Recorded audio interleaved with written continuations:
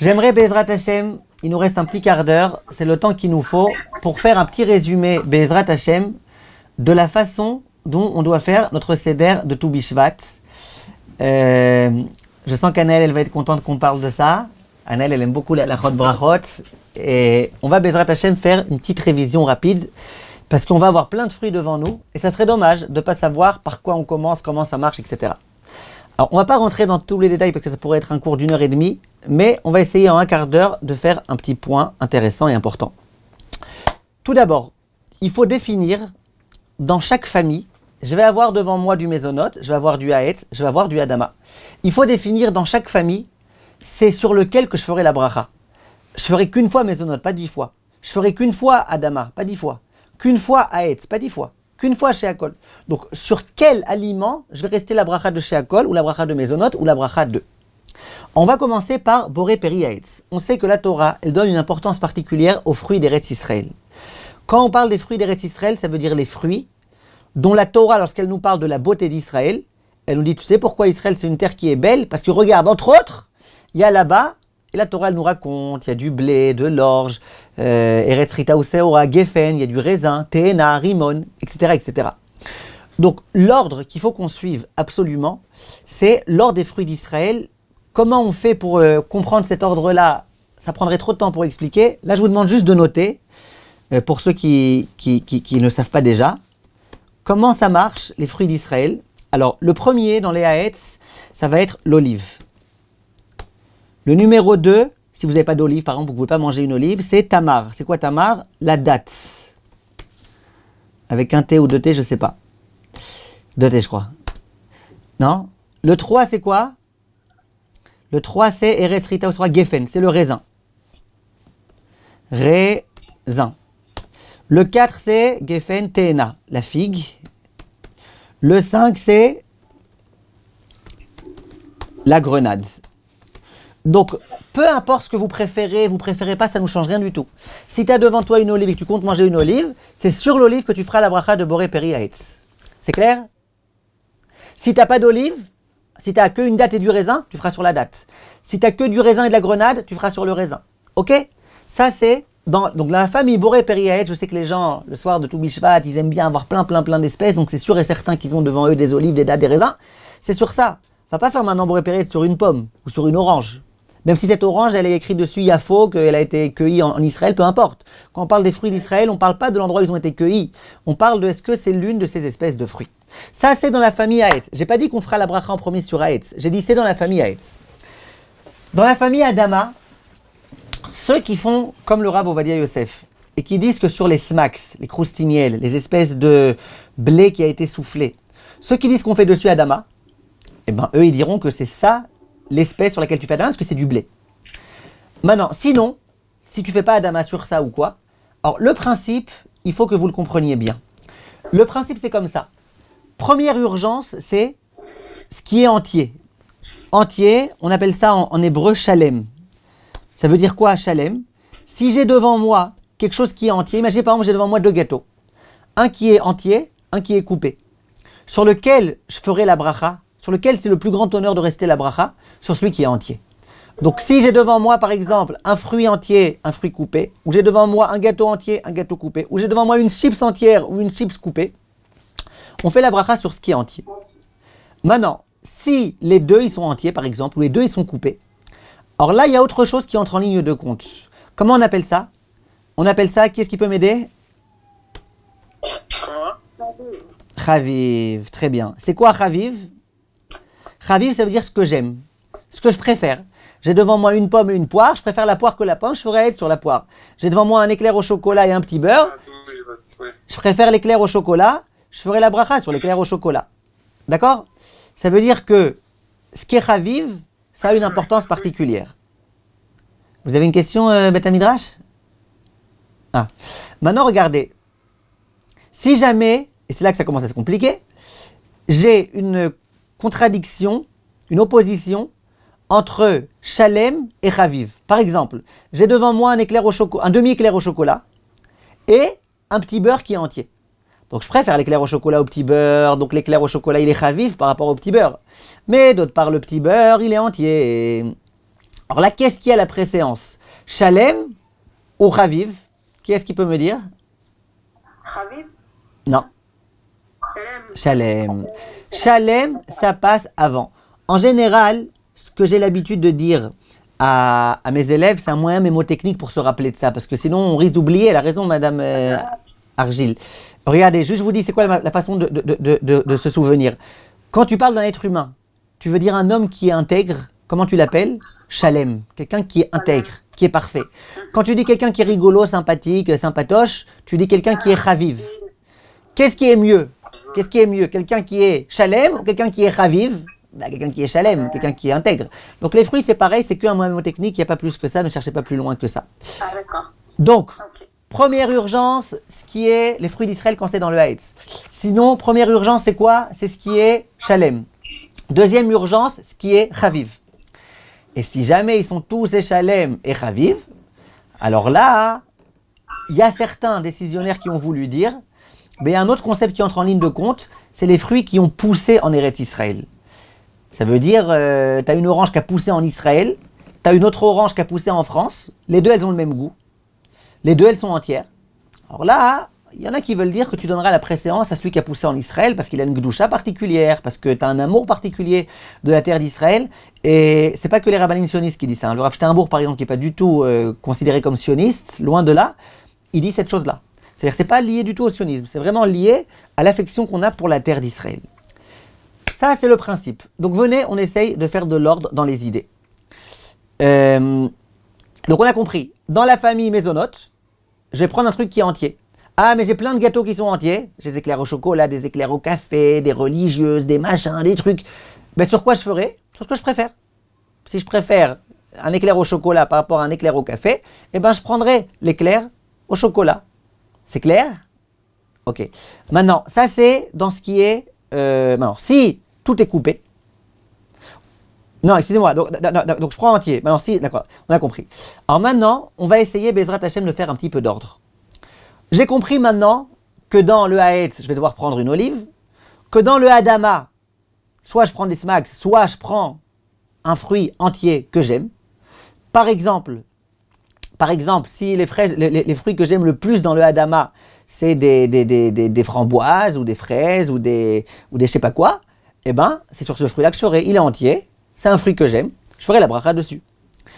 Maintenant, la question, c'est de savoir, est-ce que la première bracha qu'on doit faire, c'est Haetz, ou c'est Adama, ou c'est Sheakol, ou c'est Mezonot?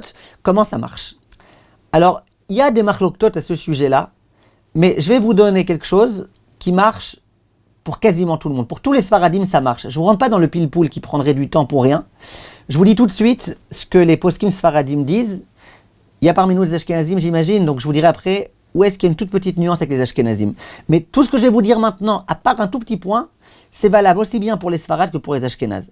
Il y a un... Etz Adama Sheakol, non.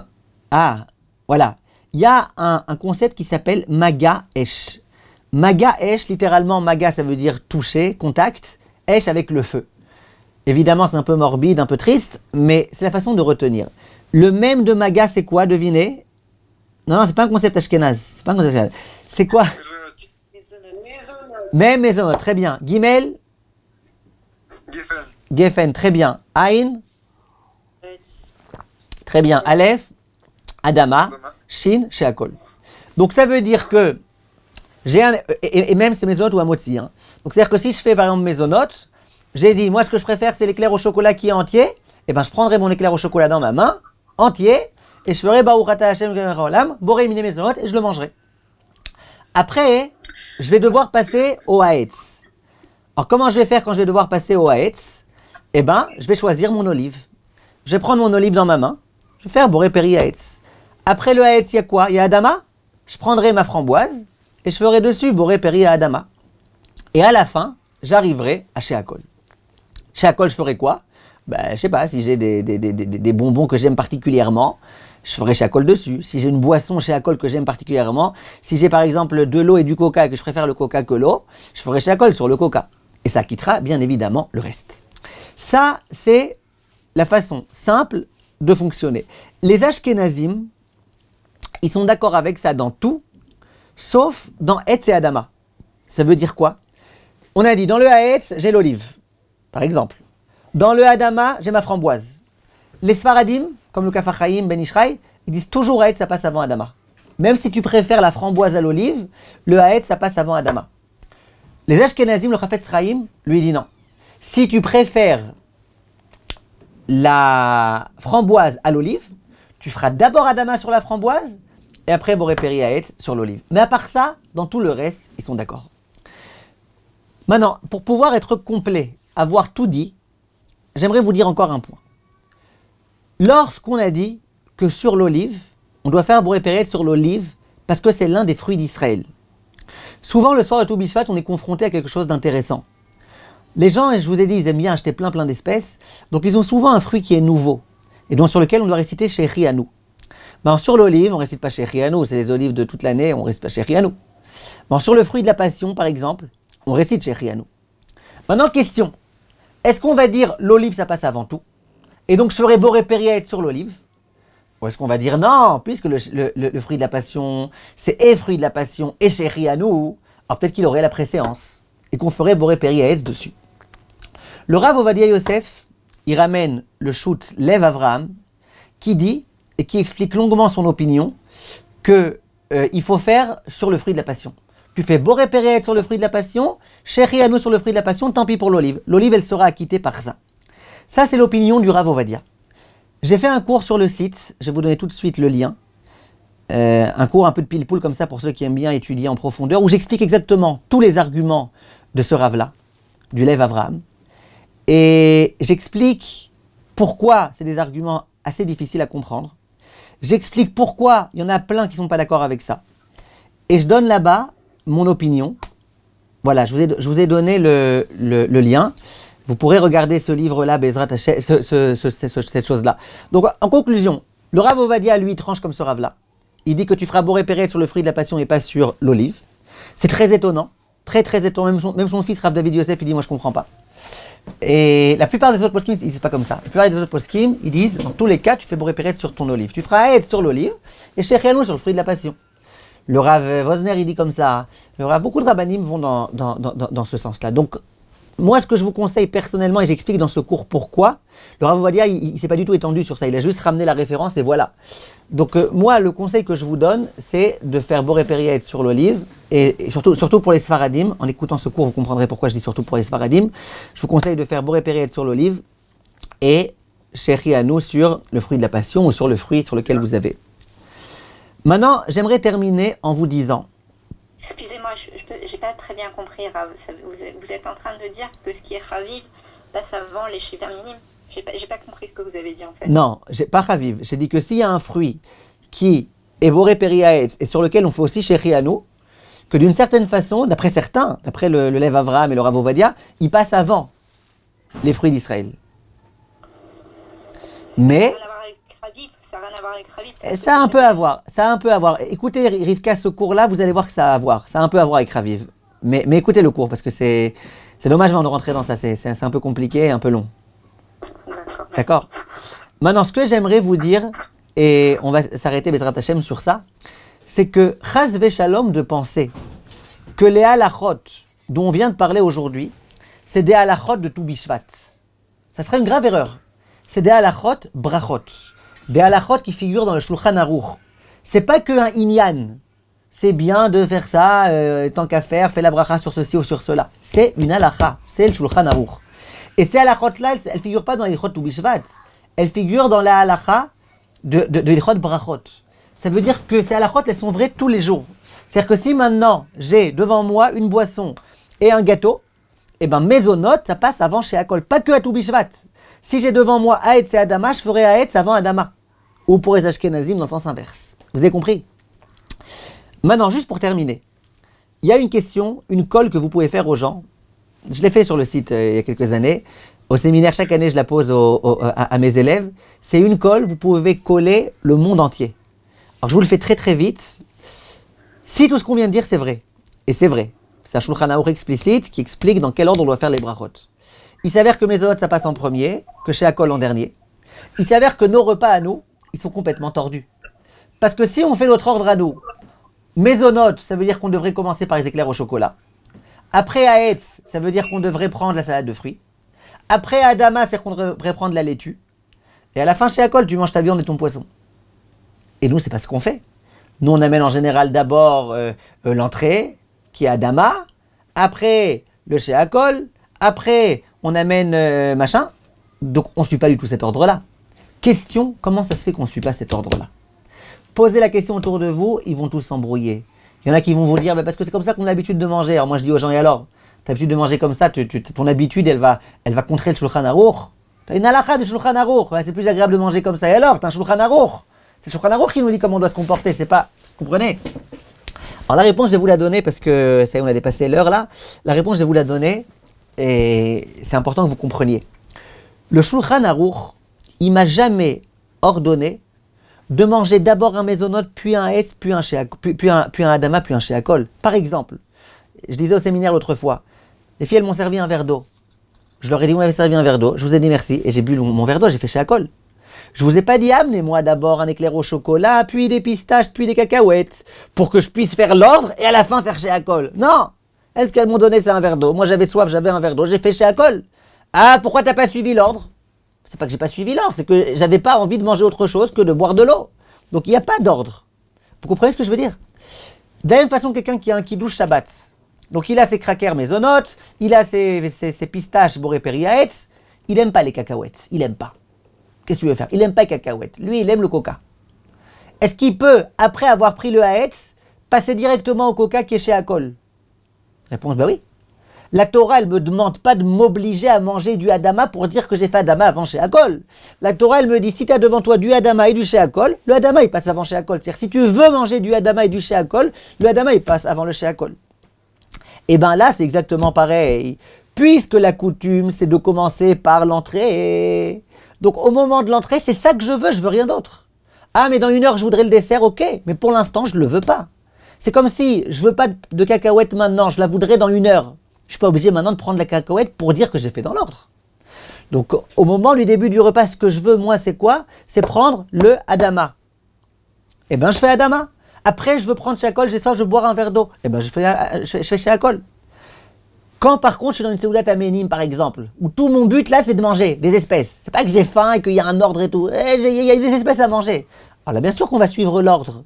Lorsque je suis dans un kiddush, Shabbat, et que de toutes les façons je veux prendre du kougel qui est mésonote, et de toutes les façons je veux prendre des olives, et de toutes les façons je veux prendre des pistaches et des machins. Alors fais dans l'ordre. Et par contre, je perds la bracha. Si je fais Adama, j'ai pas fait Haetz avant et après je peux manger Haetz. Non. Non, si vous faites Adama, après vous referez Haetz sur la pistache. Adama, ça quitte pas Haetz. Le seul cas où Adama, ça quitte Haetz, c'est si vous prenez une pistache et vous faites dessus Adama. Mais si vous prenez une cacahuète et que vous faites Adama, vous n'avez pas perdu votre Haetz sur la pistache. Non, je parle, par exemple, quand il y a des fruits, et je commence par Adama et après je mange quelque chose d'Haetz, je perds la bracha de Haetz, je pourrais Non. la faire. Vous pouvez très bien la faire. Aucun problème. Aucun problème. Et par contre, est-ce qu'on n'est pas dans l'ordre? Pardon? Est-ce qu'on n'est pas dans l'ordre et j'ai commencé par Adama et je peux plus faire Haetz après? Si, vous pouvez. Vous pouvez. À nouveau, la halakha, elle vient pas nous casser les pieds. Elle vient nous dire, si tu veux manger les deux, il y a un ordre. Mais c'est pas que ça t'empêche après d'aller dans l'ordre inverse. Si quelqu'un par erreur il a fait chez Akol avant mésonote, il a quand même le droit de manger après son mésonote. Maintenant regardez, j'aimerais voir, hein? Quoi? Quelqu'un qui fait par exemple Sheakol sur, je sais pas, on va dire Adama, et après il peut faire manger la pomme. Quelqu'un qui quoi? Il va manger d'abord Adama, un fruit Adama. Ouais. Après, il va pas faire Haetz pour un fruit chez Haetz. Si, bien sûr que si. Bien sûr que si. Mais il perd la bracha, c'est pas ça. Non, il part pas la bracha, non. Quelqu'un qui a fait Adama sur une tomate et qui après veut manger une pomme, il fait boré péret sur sa pomme. Maintenant, regardez. Maintenant, j'aimerais juste terminer pour voir si... Hein? Je vais voir avec mon rêve parce que c'est pas comme ça que j'ai appris. Hein. Eh bien, je peux vous dire à 100% que c'est une erreur. Ouvrez le Shulchan Aruch. Vous allez voir que c'est une erreur. La seule chose, c'est si quelqu'un a pris une tomate et que quand il a fait Adama, il a eu la kavana d'acquitter une pomme. Là, il y a une marloquette entre le Shulchan Aruch et le Sha'arei Tshuva, au Siman Rejvav, je pense. Rejvav, je pense. Mais voilà, maintenant regardez juste, j'aimerais terminer pour voir si vous avez bien compris ce que je vous ai dit maintenant. Imaginez quelqu'un qui revient du marathon. D'accord? Il a extrêmement soif. Et il a aussi faim. Donc on lui sert un pain au chocolat, maisonnote, et un verre d'eau chez Akol. Et lui, il a très soif. Ça veut dire qu'il ne peut pas manger tant qu'il n'a pas bu. Il aura du mal à manger. Est-ce que vous l'autoriserez à faire chez Akol avant maisonnote, bien que ça contredit a priori l'ordre? Bah, évidemment. Évidemment. Pourquoi? C'est la même idée. Maintenant, ce qu'il veut, c'est vrai qu'il voudra dans une minute prendre du maisonnote. Mais pour l'instant, ce qu'il veut, c'est du chez Akol.